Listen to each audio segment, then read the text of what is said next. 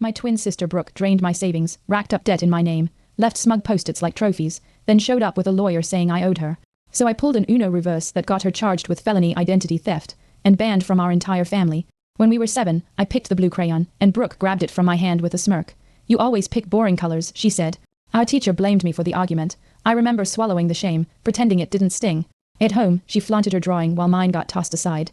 That's when I learned Brooke always needed to win, and I was the shadow. It was just a crayon, but it set the tone for everything after. In high school, Brooke forged my signature on a permission slip to skip class, and then blamed me when she got caught.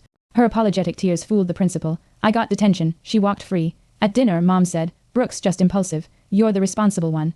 That label pinned me down while she danced around consequences.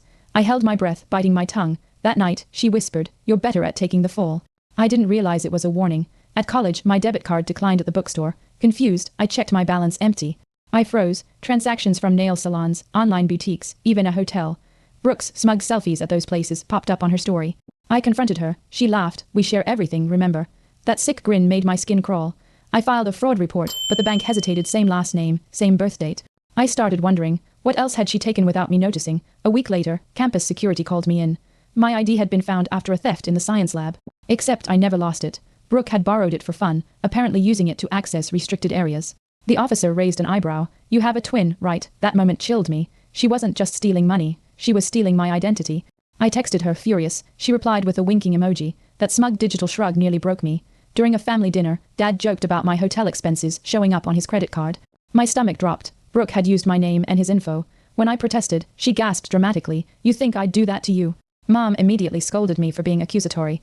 Brooke shot me that insidious smile, the one she wore when she knew she'd won. I sat in silence, humiliated. If my own parents wouldn't believe me, who would? I tried confiding in my roommate, Jenna. She nodded, then whispered later, "You might be overreacting. It's just sister stuff." That stung worse than silence. Brooke had even won over my friends. Days later, I found my favorite jacket in Jenna's closet. Brooke had gifted it to her. That betrayal hit deep. The red herring wasn't just Jenna. It was my belief that I had allies. I realized I was surrounded by people Brooke had subtly turned against me.